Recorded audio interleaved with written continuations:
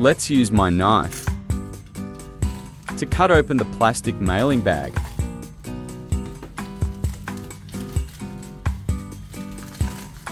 The box looks nice, has some weight to it. You can see the Netac branding and 2 TB capacity and 5 years limited warranty.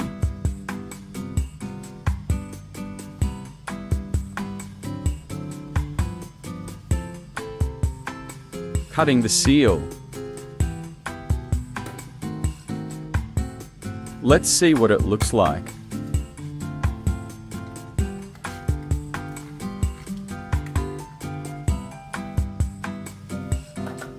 We have a manual, 2 extra screws, protected by transparent hard plastic shell. Let's open it. Comes with a solid heatsink attached. Warranty void seal on one of the screws.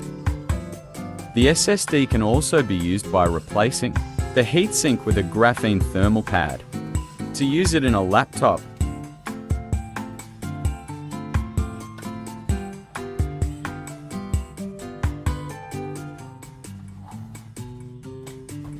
Thanks for watching. Like, comment, and if the video was helpful, don't forget to subscribe.